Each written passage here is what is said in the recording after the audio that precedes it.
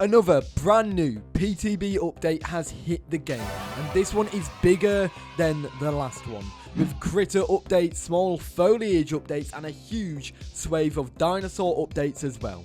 There is a lot to cover, so let's get right into it. The main new features, aside from combat updates, can be split into 3 categories: grass, wind, and critters. Sadly, not quite earth, wind, and fire, but you get the point. So let's start with the critter update itself, because critters will be getting their own growth stages in the future. Yep, you heard that here right.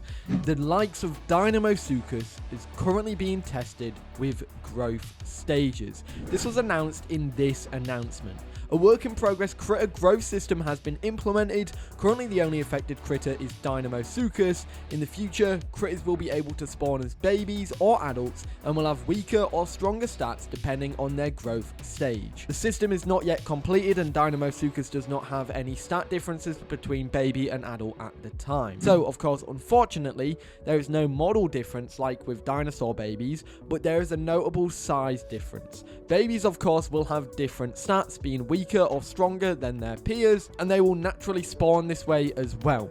This is ideal for baby dinosaurs specifically. Gone are the days of fighting massive murderous Dinosaurus that would seek you out like a missile. Now you can fight their little tiny cousins.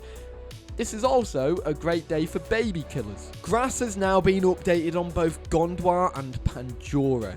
The grass effects are now more wind-brushed rather than they used to be, and in my eyes seem to be a lot more full than they previously were. This has also massively changed the tints in some areas as well. Savannah Grasslands is now more of a pinky orange than it is a reddy orange tint for the grass, and Grand Plains is a lighter green rather than a darker green now as well. Many other places have slight changes to their grass tints as well. Another thing that's important to note is the grass actually does move a little bit in the wind, and that's at any time of day, any weather. So I'll play it now with a before and after, and let me know your thoughts. Wind has been updated in the game. Wind effects should now affect nearly every piece of foliage when in high settings.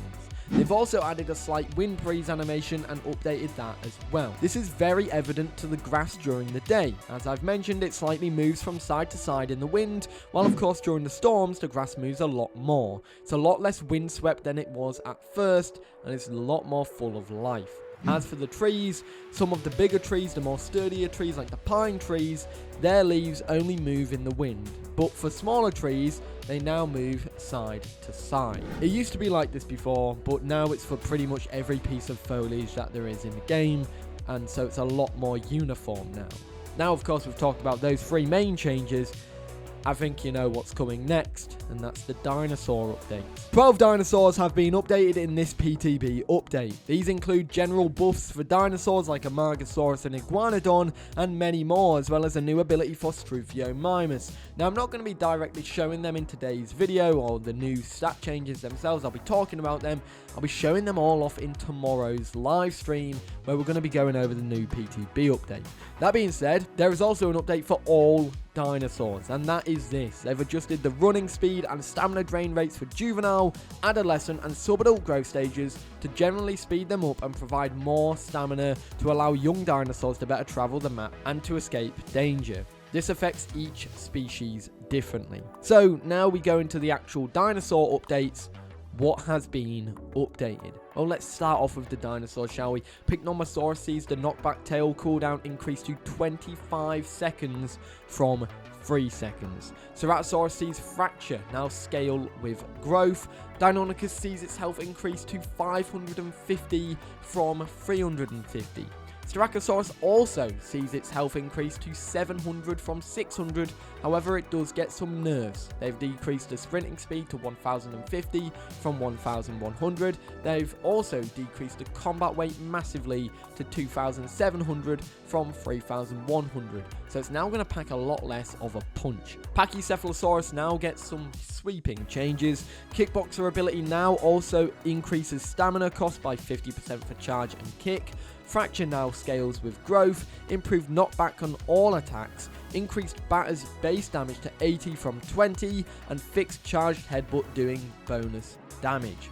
Basboldia's got some updates as well. They've increased max health to 1,750 from 1,200 and increased the health recovery rate to 1.75 from 1.25. Lambiosaurus has gotten a new ability. This is called Forceful Blows, a sensibility to Lambiosaurus which increases the knockback of all of its attacks by 50%. Removed Lone Survivor Sensor's ability from Lambiosaurus, increased max health to 575 from 525, increased tail knockback force to 12 from 9, increased rodeo kick knockback to 15 from 6, decreased stamina cost of rodeo kick to 7.5 from 10. Struthiomimus also loses the Lone Survivor Sensor's ability, but it gets a brand new sense ability with this. It's called Escape.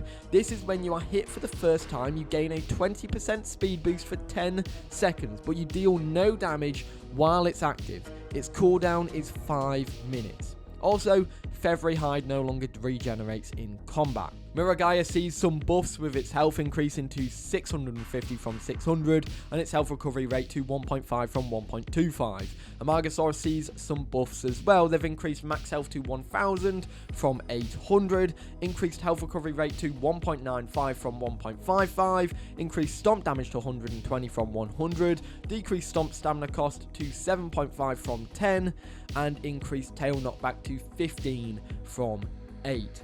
And the final two, you've got Iguanodon, which sees its health increase to 850 from 750, its recovery rate for its health from 1.2 to 1.6 from 1.4, its charge cost has been reduced to 5 from 15, and its charge cooldown has been reduced to 10 seconds from 30 seconds. Finally, Albertoceratops, its max speed or sprinting speed has been increased to 950 from 925. Generally, these are all major buffs. Aside from Styracosaurus lowering its combat weight, I think that's basically to coincide with its increased health. So it's just got a little bit less of a punch, but more health to defend itself. That being said, a lot of good stuff here. What are your thoughts on these changes and any of the dinosaurs that you play affected by this? If so, are you happy or are you not? I would love to know your thoughts in the comments. One of the things that I do think is quite interesting regarding this patch is that Tyrannosaurus Rex is now disabled on the PTB. Now, this could mean anything, but what do we think it means? What do you think it means, actually? That's a good question. Could this mean Rex is finally getting a TLC rework, or is there just some impending balance coming for the dinosaur that means it has to be disabled from the PTB for now? Now, this is noted in the known issues, so it literally could just be an issue with the update itself, but if you remember, before Pachycephalosaurus got a TLC after an update, they did say that it had an empty slot in its sensors, or its passive ability, and that was a known issue. Then, lo and behold, we got the Pachycephalosaurus TLC. But we don't know. What do you think? Do you think Rex could be getting a TLC, or do you think it's just been removed for no reason whatsoever, or different reasons? Now, the final stuff is the general fixes and localization fixes as well. So these are them. For the general fixes, they've fixed ability descriptions appearing on the side of the screen when at low frame rate. Fixed Pack Hunter ability buff remains active when no Deinonychus remain in the group. Fixed a mobile heads-up display editor button resizing error. Fixed buttons in mobile heads-up display editor move when tapped. Fixed dinosaur calls cut out or don't play in character creation screen. Ceratosaurus, Deinonychus and Latanoventrix emote animations slightly adjusted. Fixed the main menu buttons not playing their hover sounds. Fixed server list page number sometimes loads in as missing. Then you've got the localization fixes. These are mainly to do with dinosaur updates and should have technically gone there. These are to do with Tyrannotitan and Pachycephalosaurus. Firstly, Tyrannotitan's bite now mentions dealing bleed damage, and Tyrannotitan's blood soaked mentions specifically both regular bite and frenzied tear. For Pachycephalosaurus's head, the skull bash has an updated description to be more accurate. And there you have it, everybody. Let me know your thoughts about all of this stuff in the comments down below. What do you think about this brand new public test branch update? Is this all it's cracked up to be, or are you excited to try it out? After all, I'll be testing this out tomorrow for you all to watch. I'll be doing it live at about 7:15 PM BST or GMT, sorry, so be sure you are there. Anyways, guys, hope you enjoyed. If you are new, feel free to subscribe. I'll see you in the next one. Have a great day. Peace.